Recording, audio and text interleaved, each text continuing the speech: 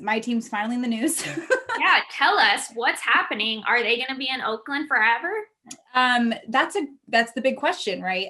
What for those of you who don't know, as I got home from Reno yesterday, as I'm turning into my house, this news report comes out saying that MLB has kind of given the A's the push to look at some relocation sites for the A's. Now, as you know, because we talked about this before I pressed record, this has been in talks for years. I literally wrote a report when I was working with John Heyman 5 years ago about how the A's could move to Vegas.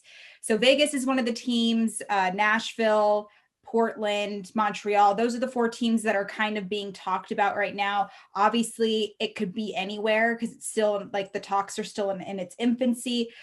But it's really interesting because Dave Kaval, we actually talked to him yesterday, the A's president, who's kind of forefronted this entire project of doing the waterfront park at Howard Terminal. That's at Jack London Square. If you guys ever come to Oakland, definitely check it out. It's one of the most gorgeous spots. Yeah, so I would love for a place to move there. And here's what's interesting, Rach, is when we talked to him yesterday, he said either this has to be built at the Howard Terminal, that waterfront area, or nothing at all, or the A's will not stay in Oakland. And that means we're there because the lease at the Oakland for the A's is up in 2024, and they will not. That can't come soon enough. Right. They will not rebuild anything in there, even the lot, anything like that. There will be no baseball team in Oakland if this does not happen at the Howard Terminal. So for now, the timeline is the city council, which I believe the A's presented something in the last 2 months over, the monetary value of what could help, this area and everything like that. But $450 million is kind of the money that's being put, hopefully could be produced after this type of a deal. So that's kind of the timeline right now. But Kaval straight up said it's either Howard Terminal or bust. That's a direct quote. So it's not looking great. However, there is some speculation that this could just be a situation where MLB is saying, like, let's get this going. Right. So put pressure on them by saying, I think that's an interesting kind of tactic for MLB to use. It makes sense though, because I feel like these kinds of things tend to drag on and nothing gets done. And that's, I kind of have a question about that for you. Like, what is the deal with this ballpark and them relocating? Because I feel like every single year we see or we hear something about Oakland's going to relocate and Oakland's going to get a new ballpark. Like, is this a for sure thing though in 2024? Their lease is up and that is, that is the deadline kind of thing? Or, what can we expect? Breaking news. This important PSA is brought to you by Manscaped.com. This is your pubic service announcement. That's right. And the news you've all been waiting for. The Manscaped engineering team has confirmed that they have successfully created the Lawnmower 4.0 trimmer, which is available for purchase in the US and Canada. Y'all, this is very sleek and it's actually like sexy. I feel like it makes shaving your balls sexy. I didn't know that was possible, but apparently it is. You're going to join over 2 million men worldwide who trust Manscaped with this exclusive offer for you via us at Cork'd Up. 20% off and free worldwide shipping with the code CORKED at manscaped.com. The Lawnmower 4.0 gives you ability to turn on the 4000K LED spotlight on and off when needed for more precise shave. Didn't even mention to y'all, there's actually wireless charging. It's waterproof. The charging system uses electromagnetic wireless charging. What? In 2021, y'all. It's the best. Once again, 20% off, free shipping worldwide at manscaped.com using code CORKED. No person wants to end up with pubes in her mouth or his mouth, and his balls will thank you. I can promise you that. Make sure that daddy's all cleaned up down there because mama's going to be happy. Everybody in your life is going to be happy. Thank you. That's the deadline. That's it. So either they do the Howard Terminal or they get shipped off somewhere else, or gosh forbid something even bigger happens. And so that's what's interesting is like, there's this, I don't want to say it's a little hurdle, because I will preach for Dave Cavill, the A's president. He's worked his ass off to do all of these things. Even the players are saying, like, we know you're working hard. But over the course of how many ever I want to say like a decade, maybe. And I think there's going to be even more of a push now that the Warriors went across the bridge. They're in San Francisco. The Raiders are in Vegas now, and everything like that. So I think it has a lot to do with the fact that the Bay Area is so interesting when it comes to baseball. It's not a baseball town. And I think that I can say that fairly, growing up in an area where people pretended they know sports, but they actually don't. And you know how many A's games I've attended. I love the fans. They're fantastic. Like are A's fans, like the A's fans, I don't know. I grew up in, you know, a little south of it, and I feel like there is like a Giants, like a real Giants fan base, and there is more in kind of Oakland, and then the middle of California, like Central California inland, I feel like is heavily like A's. Yeah, like there is a fan base. And like what I'm hearing from fans is like it's almost it like the beauty of getting to an A's game. It's so much easier to get to an A's game than it is to like Oracle Park for the Giants. But also with COVID, nobody's taking BART anymore. There's a BART stop that stops. Yeah, I've taken it because usually, so like whenever, teams go, I know they stay in San Francisco. If I go up there, like I'll stay in San Francisco, but you can just take BART right to the Coliseum, and it's an interesting ride in, but yeah. It's convenient. There's a BART stop like right there. Right. So it's very convenient. But if you don't take BART, parking, you have to park, right? At the Giants game, you might have to walk a little bit, but you don't have to pay for parking because you're probably not going to park there.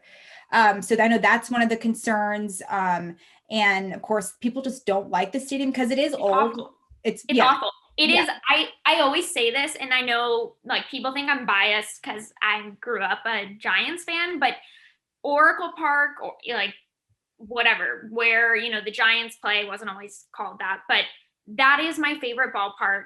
AT&T, like I love that ballpark. Too, actually. I think it's the most beautiful. I think gorgeous. Petco is probably second in my opinion. Me and too. The weather is, yeah, what's up. Yeah. But that's because I think the weather also is like, it is better a majority of the time in San Diego. But my favorite ballpark is Oracle, and my least favorite ballpark is just right across the bridge and right across the bay, the Coliseum. I think it's the worst ballpark. I've said this. I always will give the A's credit. They take really good care of the families of the players there. So like the wives and girlfriends and stuff are taken care of, and they've got a suite, and it's a different experience for the most part for them.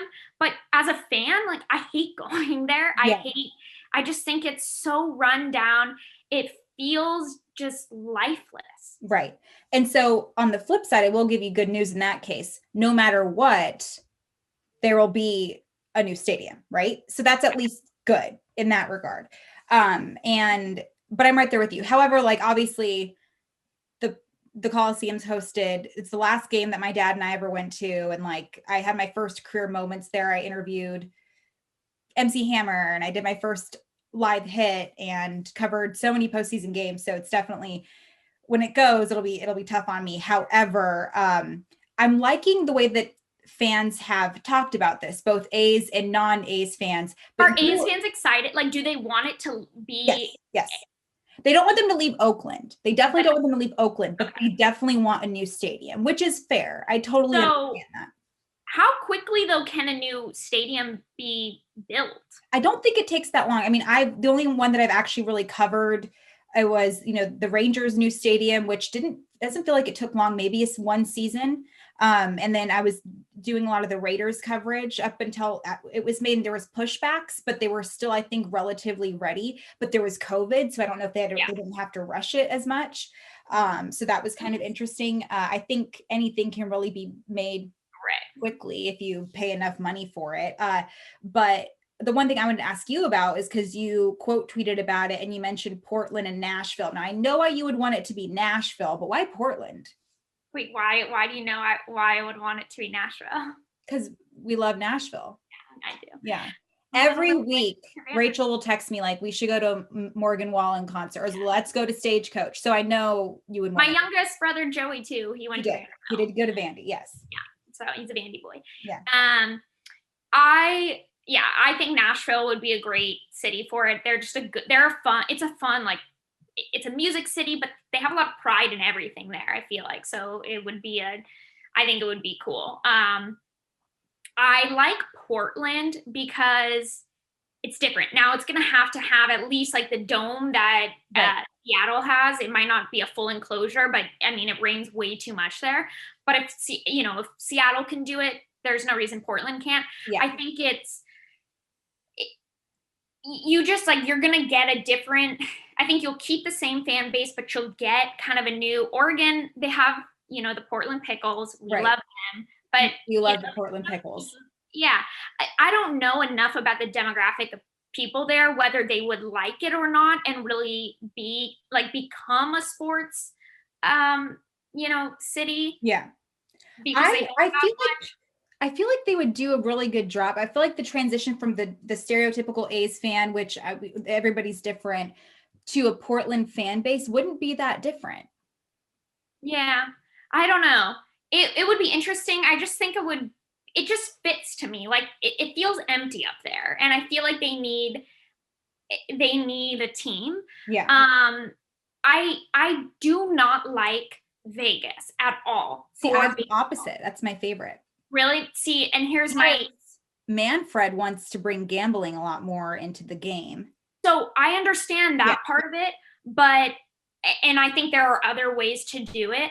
I think Vegas as a baseball city does not make sense because when people go to Vegas, and I feel like a majority of the fans that go to games, let's say even like Raiders games, or you've got the Knights now, right?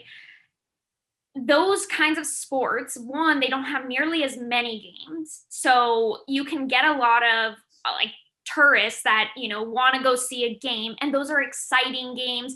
They're quick. There's a time, limit on them. People have things to do in Vegas. You go during the day. Whereas if you have night games in Vegas and they could go on for 5 hours, like what do people come to Vegas for? They come to party, to gamble. Like, I just feel like it's not quick enough. It's not short enough. You're going to lose people. Like, and you're going to struggle. I just think, I know there's a local, crowd there that, maybe they would really like it, but I just feel like the benefit of Vegas having a sport, like certain sports teams, is a lot of the people that come, the visitors that come in to gamble. And I feel like other sports like football and hockey, they're quicker, they're more exciting, and they're, whether they happen during the day or the evening, there's a time limit on them. I get and there's not as many of them. Whereas I just feel like there's too many games that can go on way too long that I mean, who's going to sit at a 5-hour game when they could be gambling and sure. Partying? If you're football, hockey, you can casually say, hey, let's go to a game, as opposed to like a baseball game. You'd be like, that's like a whole day you got to like move around with and stuff like that. So I'm all for Manfred bringing gambling though into baseball. I think that's how you make the game way more exciting and people get them to actually care about 162 games. But it is an interesting topic. But to see A's president Dave Kaval be very open about the fact that we need to look at other places is interesting. And I'm actually kind of glad that MLB gave that push either way, because it's like, all right, progress isn't doing anything. And I got, my mentions were crazy, and a lot of people were like, oh, is Jess still going to have a job? To answer that, I don't know. I really don't. I'm assuming I'd be okay. I don't want to think about too much in the future and all of that, but time. I feel like it's not happening tomorrow. Exactly. And people were, of course, I know people were, it's still in its talking stages. And the players they have nothing to do with this. They've been very open about like, it's out of my control, whatever, type of a deal. They'll go wherever. And Bob Melvin said, we're playing in Oakland until we're not playing in Oakland anymore, should that be the case. So it's been a lot. I'm just exhausted, and I'm not telling anybody any information that they may or may not know. I've heard of a couple things, but at this point it's just speculation. I don't even want to put it out there. But for me, if it were to happen, I would not be surprised if not the A's, eventually a team will end up in Vegas. It's just a thought I have. I know where you're coming from with that, but maybe like the Vegas Raiders could be a tell-all. I'll be like, oh, and of course the Knights too. It's like, why not make it a third type of a deal? And if I do continue to cover the A's, girl, my skin is so good in the desert, like all day.